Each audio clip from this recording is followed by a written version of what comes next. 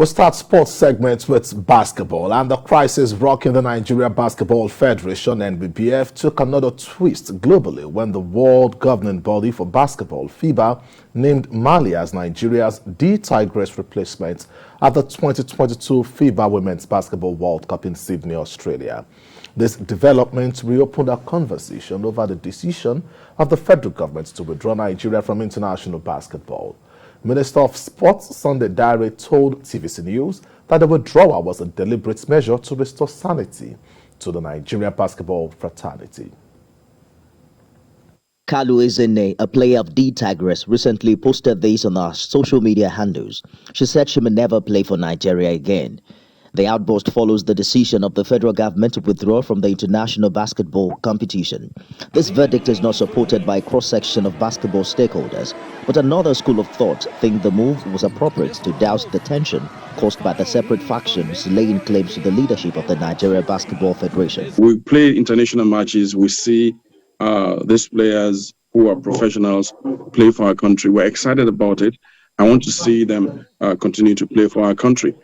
When you play international games alone, that is not basketball development.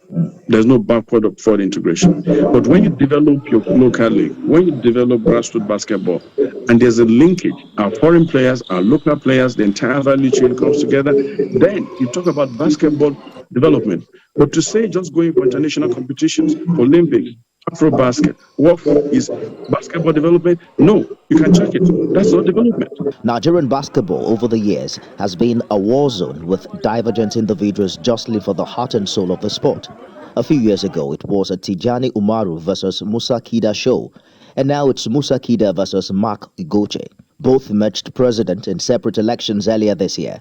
Musa Kida emerged president at the election held in Benin City, Edo State.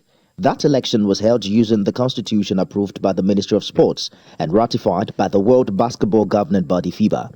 The other election in Abuja produced former Tigers player Mark Igoche as president. There's a history to this crisis. I did inherit that crisis.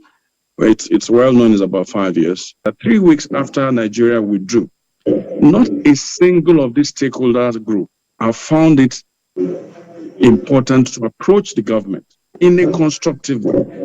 None of these stakeholders group have met to say, let's for once, for the interest of the sports itself and in the interest of the players, let's for once find a minimum on which we can agree on. Nigeria's Tigress have been replaced by Mali on the list of teams that will compete at the FIBA Women's World Cup. But the Minister of Sports hopes this period of pain would birth a new vista in Nigerian basketball.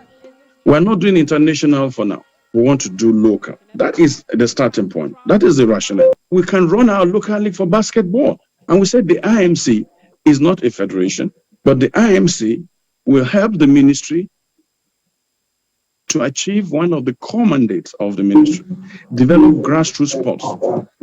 And that's what the IMC's role is. The NBBF, as a federation, has not been dissolved. The interim management committee set up to run the affairs of basketball have hit the ground running. The committee has been saddled with the responsibility of restoring grassroots basketball and reinstate the Nigerian Basketball League.